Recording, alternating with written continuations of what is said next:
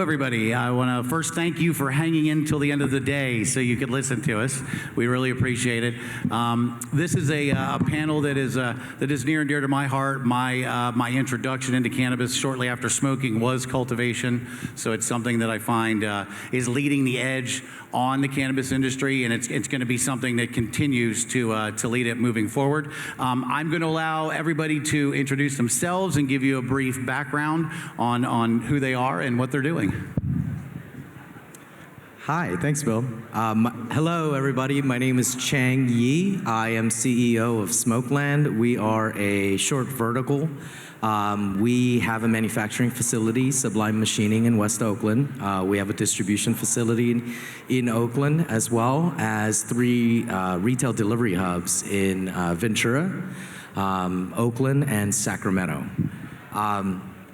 I got into cannabis coming from pharmaceutical development, international pharmaceutical development. As a commercial attorney, I help support clinical trials in India, Bangladesh, and Nepal. Think globally, act locally. With the 2008 recession, I pivoted into cannabis, and it's been an interesting ride, coming from the business, from the legal aspects, and then jumping into the business side of operations.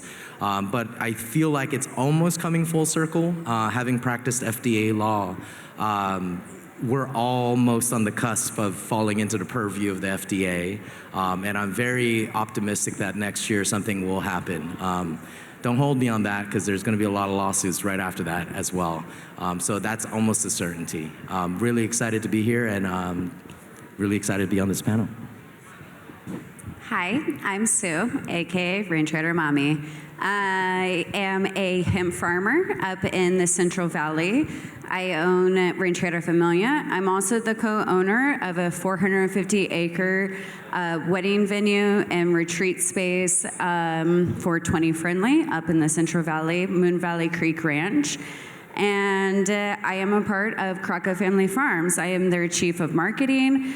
And Crockett has been my mentor for the past 7 years within genetics and farming cannabis and hemp in general. So I do a lot of things within the industry on multiple levels. So from content creation to creative direction, as well as creating genetics and farming every single day. So super excited to be here and speak alongside all of these badass panelists today. Right on. Jason McKnight, CEO of Green Label RX. We are a vertical cannabis company here in California. We also operate in a few other states as well. Cultivation, manufacturing, distribution, retail now. We do a little bit of everything. We're also a social equity brand. We've been in the industry for over 25 plus years, and cultivation is really where I started, and that's my special, that's the cannabis, that's the weed nerd in me is all about the genetics. So this is exciting to be here. I've been in this space for a long, long time, and to be up here with you guys, it's awesome. So thank you. Well, thank you, and I appreciate you all sharing the stage with me today. Let's put a little bit of definition in. So we're talking about new cultivars. Let's put a little definition in on what we would consider old and new. I've been cultivating since the late '80s, early '90s. We were ordering seeds from Amsterdam and such. We were getting in hazes and Northern Lights and things like that. So when we're talking about older strains, we're going to be talking about OG and Blue Dream and the different types of hazes that you see out there. And to define the new ones, and I know gelato's not exactly a new one, but when you're putting it in reference to what we were seeing in the 90s, the gelatos, the wedding cake, and the LCGs, lemon cherry gelatos. And so just for discussion's sake, that's what we're gonna consider old and new as a broad parameter. I wanted to ask each person, what are you looking for in a new strain? What are the new strains that you're working with, and what are you looking for characteristic-wise in those? You want to start? Yeah, I could definitely start. Right now, it's candy everything here in California. So if you're trying to cultivate, you're trying to grow something that you know is going to have sell-through, you have to start with a candy. Without candy, I don't know where we're at today, but that's definitely the strain. So it's either your LCG, your runts.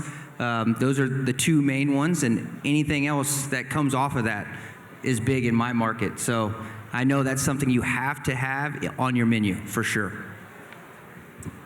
So for us, Crockett Family Farms, Crockett, he is the creator of Tangy, Strawberry Banana, 24 Karat Gold, and led way into Tropicana cookies.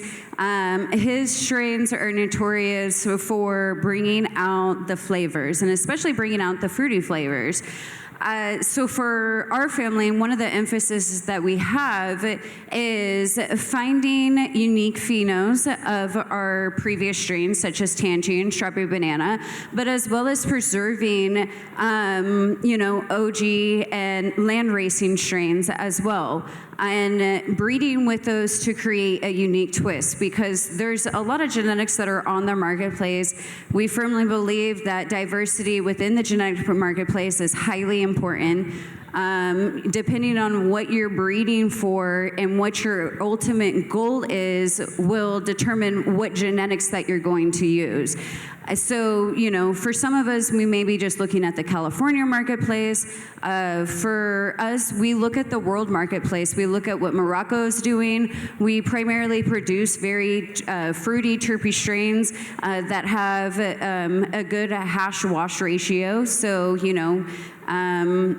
producing things that are meant for our specific clientele. So all the genetics that we create, they're for various types of clients, whether it's from your home grower, which we proudly support home grows. Somebody did ask that if we would be talking about that today. Proudly support all home grow initiatives. It is important that, we all get the availability to learn and to work with the plant on various levels. I went to school for public health administration, have a master's in science. I worked with plants for 7 years during that time as my side hustle and my fun to my college degree, and found that working with plants was the most meditative practice that was out there. So, depending on what your purpose is, what your clientele is, will really depend on what genetics you bring to the marketplace. So, like for California itself, when we look at a open consumer market within recreational based users, the candy is a heavy hitter. So if you're creating genetics and you're looking to tap into a certain marketplace, there's so much research behind it. Chang, this is something that, and also as well, they're so interested in within their own cultivation, within the products that they buy as well. I give it to you now, Chang. Thank you. For us, we don't own or control any cultivations. So being a vertical brand, Smokeland, we have 3 other brands as well that we've innovated and produced this year, Sierra Hills, El Sol, and Si Senor. We approach it very differently. We approach it focused on the consumer. We believe our stories don't really matter that much. We believe the consumer is the hero in their journey, and journey is cannabis. And cannabis is an experiential product. So on the one hand, in terms of a product mix, how we try to look at it is, on the one hand, what are consumers actually buying versus what do they desire? A great way to look at that is Google Trends data. You can see how many people per capita Google the word gelato, or the word haze, or other words. And Google Trend Analysis down to the state and city level, well, state level is more useful, is one way we try to identify consumer trends and their desires. Because availability and desire don't always match, and there's a push and pull dynamic, right? If you're focused on the farm and the cultivator's perspective, you're always pushing products to the consumer. We try to focus on the pull elements and what the consumers are telling us. So in terms of future strains and forecasting and predicting what the next, cereal milk or some new hit strain will be, one way we try to think about it is in the experiences of the consumer, what use case, what utility is there For example, music is a great experience with cannabis. It's literally one of the most dominant experiences to imbibe and use cannabis. When it's festival season, Coachella, Stagecoach, 100 Degrees, it's a very different experience to be day drinking in 100-degree weather, smoking Kush all day. That's a really bad recipe to try to make it to the headliner. And so when you're under the hot California sun and at a destination festival where you're camping, your mix of cannabis use is not gonna be the same kind of use when you're 10 miles, 15 miles from home in Santa Monica or in West Hollywood. You're gonna go stupid Kush, you're gonna go stupid gas and just out of your, sense of orientation and place, whereas at a 3-day destination festival, you kind of have to pace your partying. You have to kind of pace the utility of your daytime smoking and drinking versus your evening daytime and drinking. And so it's in those ways that we've tried to emphasize sativa-like effects and strains that really allow a consumer to enjoy and to choose their kind of experiences that they want to pair enjoying music, whether it's at a house of blues like this. I can see a lot of OGs and Kushes and strong strains coming on, and you can just Uber home. But when you're camping at Joshua Tree for 3 days, I think that you're gonna want a little bit more self-awareness. You're also gonna want to look at the stars at night and be able to think and be creative and be inspired. So these different uses of cannabis is what we try to focus on because there are so many different varietals, so many different strains out there, and what somebody uses and choose to use is really more important than anything that I'm gonna push onto them as, hey, this is the strain of the month, strain of the year. Have you tried permanent marker? And they're just wondering why and when do I use this? You know what I mean? And that's really more than half the battle. So we try to focus on the consumer experiences, consumer pairings, and why somebody would use high-functioning daytime cannabis or a really nice, skunky, evening cannabis strain, and the various uses associated with that. Thank you all for the answers. So we're here talking about cultivars of the future and hype, and I have a thing that I think that since we got into Prop 64 in the adult use market, everybody has been so busy looking for the next hype strain that I really feel like we've missed some, that people only ran it for a run or two and then had to move on to something else. And so I kind of wanted to get a definition from the panelists of hype. What do you consider hype? Is it actually a strain or is it marketing? And is that something that can push us forward in the future? For me, hype is, I'm a cultivator. I sell weed. It's whatever's selling is what I'm gonna grow. Me personally, that's what the hype is about. You have to be able to keep your ear to the culture. You have to know what people are buying, what they want to smoke. And from a cultivation standpoint, for us to survive, we have to listen to the hype. We have to know what people want. And at the end of the day, it could be, since I've started, at one point it was OG Kush. That was the hype. That's what you had to have in the garden.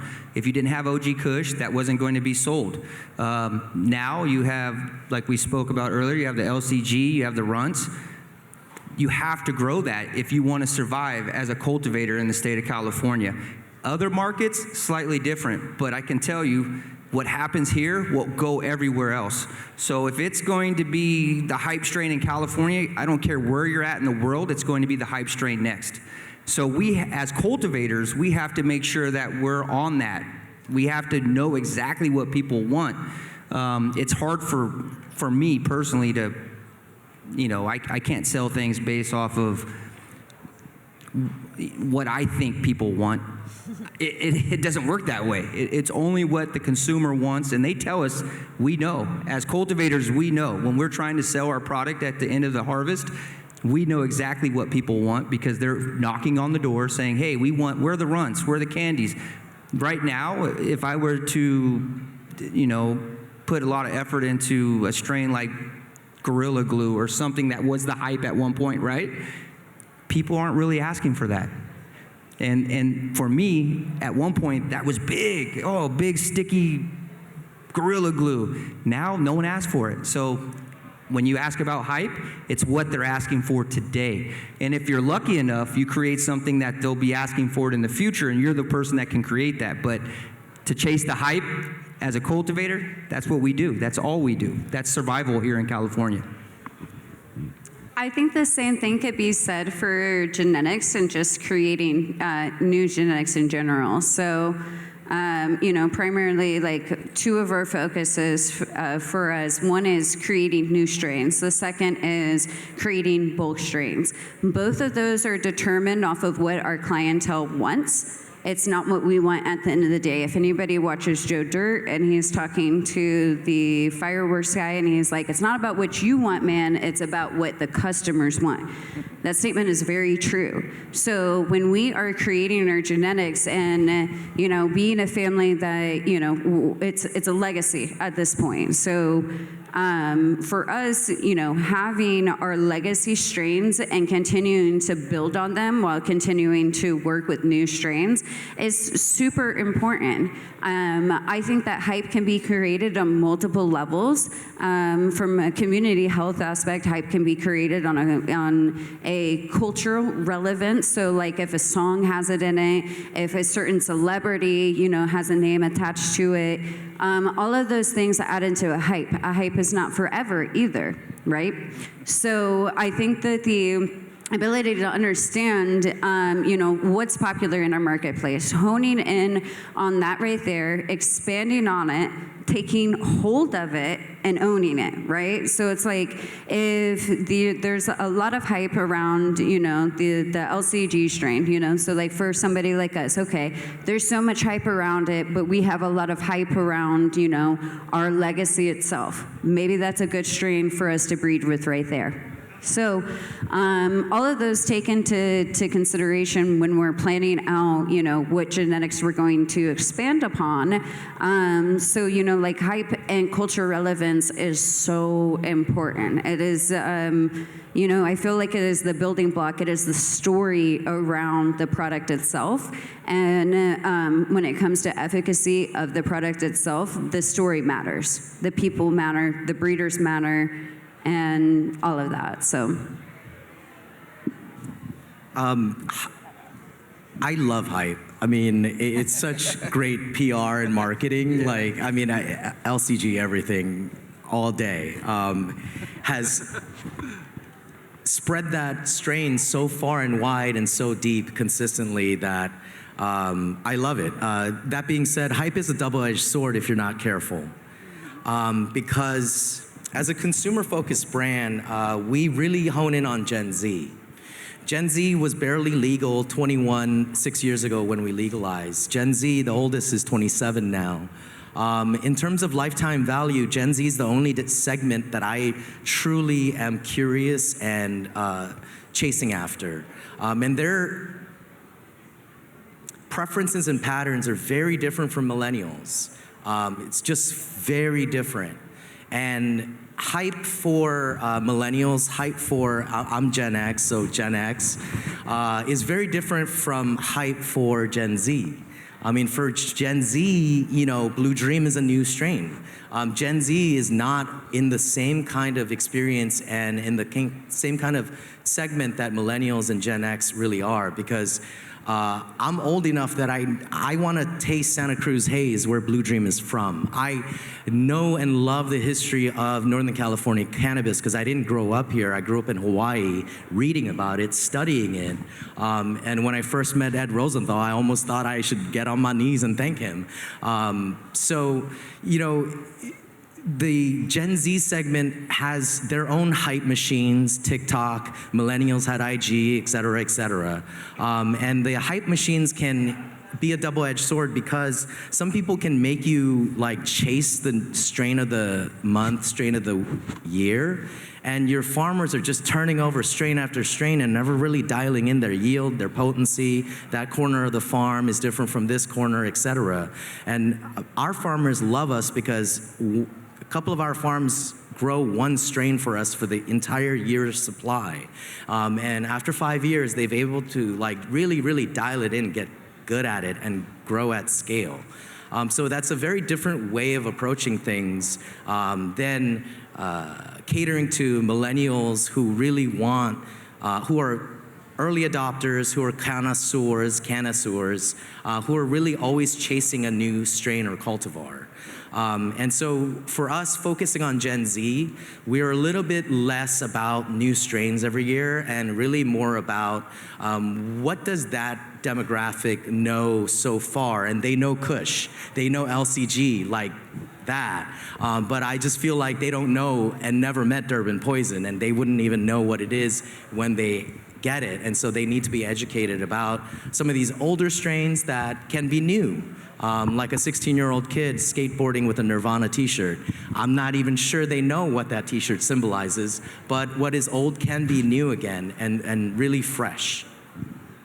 Yep, thank you. And that's exactly where I was going with that. So if I'm hearing you right, hype can be defined as what are consumers looking for, and then we're going to lean into that and we're going to pour some gas on it for the marketing, which helps create some of the hype. And the reason I wanted to go to that is because the reality of it is all the new strains are coming from the old ones we were talking about, and everything is cyclical, like you said. To these young kids, OG Kush is new. We've been smoking it for 30, 25 years now, but somebody just coming in of age, they're finding it out, and they were inundated with candies, and now they're like, what is this green weed called OG Kush? Yeah. And so I'm a big fan of making green weed popular again. So I want to ask each one of you, what do you feel that the older strains, the OG Kushes, the Blue Dreams, the Hazes, what do you feel they've contributed to the new hype? And do you guys have any personal selections of those that you think are going to continue to be dominant in the market? I'll start. OG Kush, that is the original hype monster. Without OG Kush, none of this exists. That's the way I view OG Kush. It's really something that created the whole concept of we can market this. We can really turn this into a really big moneymaker. When I first got introduced to it, 1999, it was $7,200 a pound for a pound of OG Kush. And I came from Northern California, and we had the train wreck, the super silver haze. We had some strains that were big up there, but when I got to the San Fernando Valley, I learned it was OG Kush here. And as someone that was in the cannabis space trying to sell cannabis, I needed to get my hands on the strain that was going to give me the best return, right? So OG Kush, I think, is the beginning of all that you see. I think that, like you said, you have people now being reintroduced to it, and that's what you get in cannabis.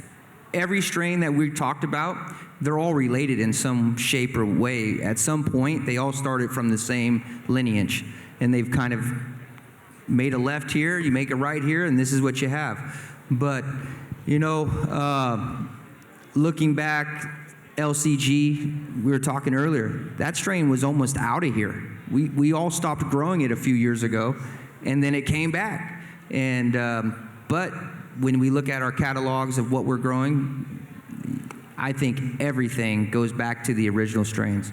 If you look at the Northern Lights, number 5. If you look at you said it's the Durban Poison. We have no cookies without that. And cookies became one of the biggest things. That was the next big thing, right? So the beautiful thing about the plant, it's always going to keep coming back. It's going to keep doing its thing. It's up to us to continue to share and let people experience it. So it's always going to be OG Kush, and that's where we start. But from OG Kush, you can have amazing different phenos of different things. You got your Kim Dog, your Sour Diesel. It's all that was gone. Now it's coming back. So, like you said, if we give it to the consumer, they're going to enjoy it. Introduce them to new products, give them different opportunities to try something different. New buyers. So I'd like to take it a little bit further back than OG Kush. I would like to take it back to early 1900s. We can go into Acapulco Gold. We can go into Panama Red. I think that without the land racing strains, so yes, we can look back at OG Kush. We can look back at pre-98 Bubba, the hazes, everything like that, even Sweet Island Haze. All of these seeds, all of the genetics have a history. I am a big proponent on preserving the history and the legacy of seeds, their breeders' origins as well. I absolutely love Arjan from Seed Hunters, and I have had the pleasure of getting to learn from him throughout the years, and know the importance of preserving genetics around the world itself. And so, when I think about preserving seeds, I also think about preserving the history around it. And, if anybody is, if anybody is, ancient aliens, you follow along with the history of our civilizations, and we go back to the Sumerian society. There was a Sumerian queen, her name was Ninmah. Ninmah is also the name of my cat and one of our genetic strains as well. So the history of her is that she came and spliced the genetics on the earth with genetics that were terrestrial. So the astrophysics say, right? So I think that the cannabis plant has been around for years. It has been around since the beginning of civilizations, especially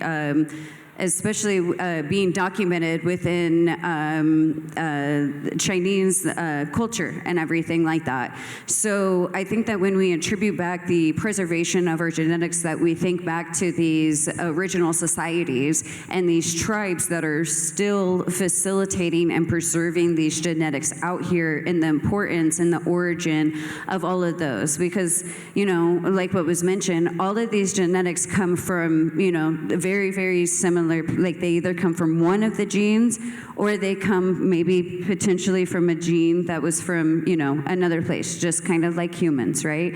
So I think that it's really important to preserve the history of the seeds itself, to preserve the history of the breeders, the origins, and how the seeds were made. It's a complete story. It's not just something to do to preserve the past, but it's something to do to preserve our future as well. So creating genetic diversity, preserving these classic, OG Kush strains.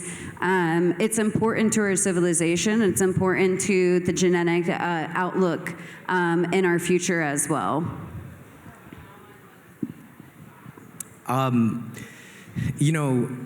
As a consumer-focused brand, we're really, again, trying to dial in and figure out something that is beyond trends and forecasting into the future. One of the things that we did as a company in 2020 is to decide that against this onslaught of OGs and Kushes and indoor flower and being a sun-grown outdoor flower, we had to really kind of position ourselves and our brand in the market differently. And so in 2020, we put Blue Dream on the menu every day of the year. And I asked the cannabis guys in the purchasing team, just put it on the menu every day of the year. You can flip the gelatos every 5 weeks and just go at strain hunting, and we can address that segment that way. What we were trying to test is availability as well as product mix. There's 1,000 varietals of apples, and most people only need 8, maybe 12. And if you're gonna pair an apple with a cheese, the Granny Smith is the ultimate. There is nothing better. The tartness level of the Granny Smith is off the charts. It is what pairs superbly with cheese. Now, you may have had some Honey Crisps or some other Envy or whatever in your fancy cheese board, but the Granny Smith is the king-all of pairing an apple with cheese. And so out of that 1,000 varietals of apples, the use cases really drive the decisions and why most retailers stock those maybe 6, maybe 8, maybe if you're fancy whole paycheck, 12 varietals. But you don't see the 900 and plus. Because over the centuries and centuries and centuries of making different things with apples, the Granny Smith has held that position to be on that cheese board and has earned it. I'm sure there's somebody working on something more tart, but it just is not edible. And so in those ways, when we're deciding about Blue Dream in 2020, we thought, great, the terpene profile is definitely different, but when do people imbibe and use Blue Dream? And that's whether they're mountain biking, paddle boarding, they're doing anything outside that is high activity, but you need to concentrate and you need your wherewithal. You can't be like completely disassociated when you're doing these kinds of activities like mountain biking, right? And so it's in those ways that we try to look at what to do. Thank you very much. Thank you very much. We're over time. Bill, you want to close us out? Yeah, I was just going to say, as you can see, it's a very passionate subject. We could keep on going and going, but we have run out of time. So I want to thank the panelists very much for their time. I'd like to thank everybody who showed up to listen to us, and everybody have a great evening. That's awesome. Thank you you so guys. much. Thank you. Thank you.